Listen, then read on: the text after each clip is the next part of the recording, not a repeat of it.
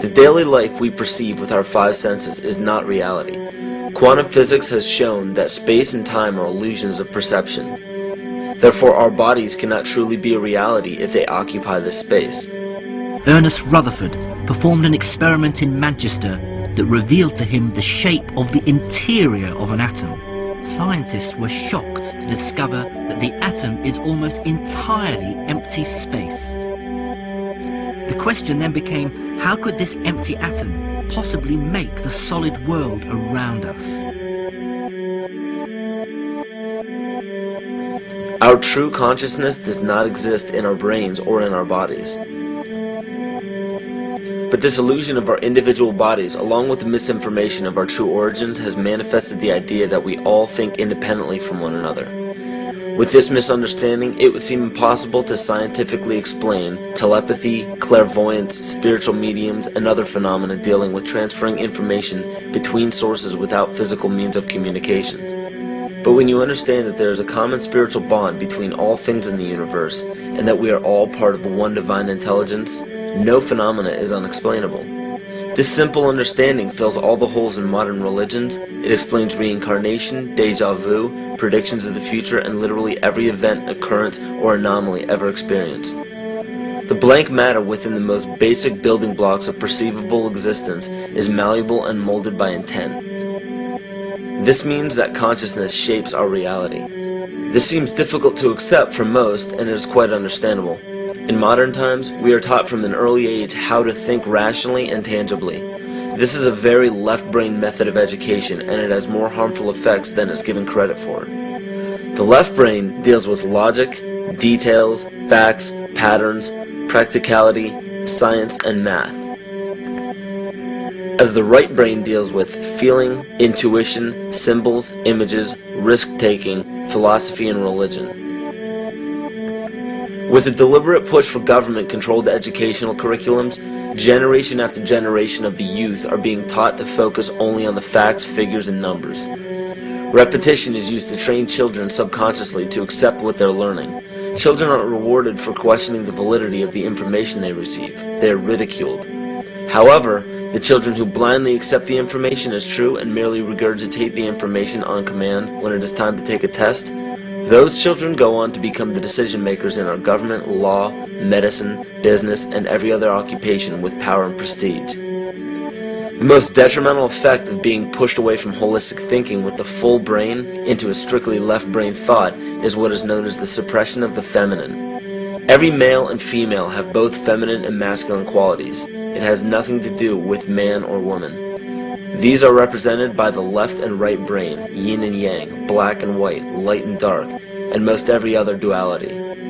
Both are vital to our spiritual and physical health. In ancient Egypt, the female was the rightful heir to the throne. The male she chose to marry became pharaoh. This depicted the goddess tradition that has been destroyed to make way for a patriarchal, male-dominated society we see enforced in every major denomination. In suppressing the feminine of every society and pushing the people to strictly left-brain thinking, the natural ability for humanity to feel earthly, cosmic, and personal energy became lost. Traditions that were passed on through shamans, witch doctors, magicians, psychics, and seers of all kind became outlawed and ridiculed and given a stigma of something out of a Hollywood movie. Every religion explains that we are children of God and have godliness inside of us. If you erase the anthropomorphized God and understand that God is nothing more than the spiritual web that connects all things, all religious scriptures begin to make much more sense. Our bodies are merely vessels to contain our spirit, to gather experience for the divine mind. This is how evolution is possible. It is scientifically proven that all species are evolving into more complex beings. Innate knowledge or racial memory within all species is the understanding of newborns of all kinds to automatically know specific details and traits that the mother does not have to teach them. Therefore, innate knowledge helps every species naturally evolve towards more complex organisms. Lyle Watson claims that it was a Japanese scientist who observed the 100th monkey effect in 1952. In this observation, he discovered that a certain portion or percentage of monkeys learned or developed a new trait The knowledge became an innate ability in that species. This is further testimony to a collective consciousness among species.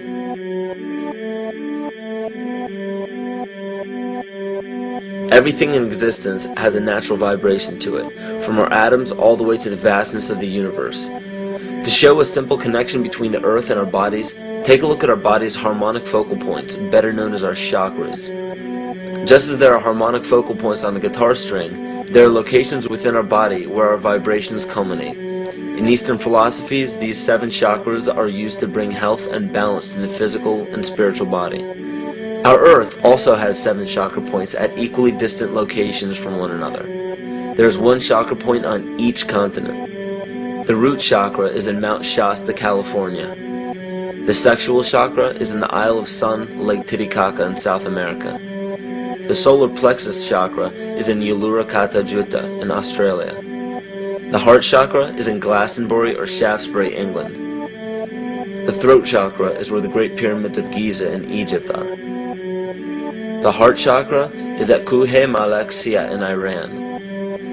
And the crown chakra is at Mount Kailas in Tibet. Scientifically, this is explained because at the core of our Earth, there is a molten iron crystal that resonates at approximately 7 Hertz. There are energy vortexes all over the Earth where electromagnetic energy emanates. There are also several vile vortices surrounding the equator where strange anomalies occur, such as radio and compass malfunctions, as well as plane and ship disappearances. You may have heard of a few of these. So the intangible parts of our existence, such as emotions, are part of the true reality of higher consciousness. If emotions are part of a realm that we cannot experience with our 5 senses, then how is it that we are all aware of our emotions? What most people believe to be emotions are not truly the emotion itself. What we are experiencing is the physical manifestation of these emotions. Anger causes disturbance in the psyche, which manifests itself in the ego. These manifestations cause the heart rate to increase, body temperature to rise, and spawn many other physical traits that signify anger. Just as music from the radio is a physical manifestation of an intangible signal, our experience of emotion is the physical manifestation of an intangible signal as well. It has been shown that our emotions have a vibratory frequency to them. Furthermore, there are only 2 emotions that humankind experiences: fear and love. All other emotions branch either directly or indirectly from these 2 emotions. Fear has a long and slow frequency vibration to it, while love has a very rapid and high frequency. To show that vibration is the very foundation of existence, Hans Jenne developed what is known as cymatics in the 1940s to show that when vibrations of sound are passed through a form of media, there is a set pattern that will follow. When the frequency increases, the media develops into a more complex pattern. This is precisely what is happening to our Earth and to humanity. There are 64 possible codes of amino acids in our DNA structure made from 4 elements: carbon, oxygen, hydrogen, and nitrogen. By any means of logic, we should have all 64 codes activated within our DNA structure. Yet we presently only have 20 active codes. And of these 64 possibilities, it appears that only 20 of these codes are turned on right now for us, the 20 amino acids. There is a switch that turns off and turns on where those coding sites lie, and that the switch for that turning off and turning on is what we call emotion. And this is the first time that we've ever seen the patterns of emotion directly physically linked to human genetic material. Well, fear is a long, slow wave of emotion. So this wave of fear is a long, slow wave and touches relatively few sites on this DNA. So an individual living in fear is limited to the number of antennae that they have available to them,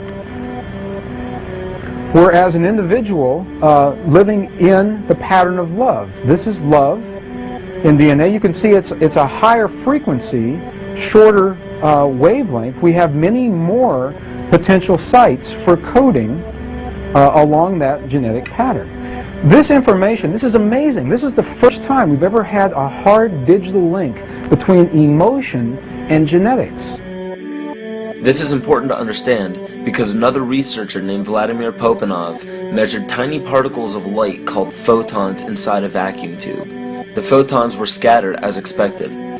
A sample of DNA was then entered into the vacuum tube and they measured the photons again. They found that the particles of light aligned themselves along the axis of the DNA. Then, as they removed the DNA sample, the photons remained aligned to the same form of the DNA even though no DNA was present. This is what is known as the phantom DNA experiment. Science has now bridged a very important gap between physical and ethereal, or spiritual.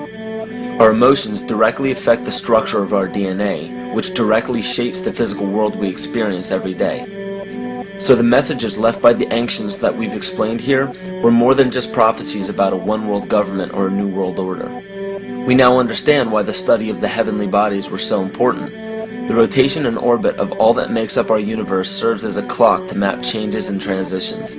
This helped the ancients understand that the change of the heavenly bodies were a mirror to the changes of all existence.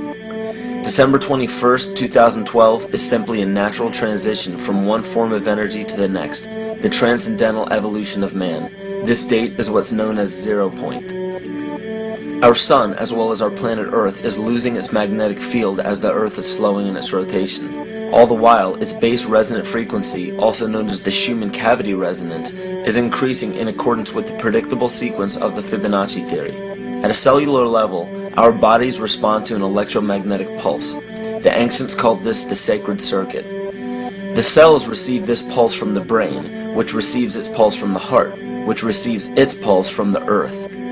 This pulse comes from the solar system, which from there comes from the galaxy, which ultimately comes from our entire universe. We literally share a pulse with all of existence. Yet another example of everything being one.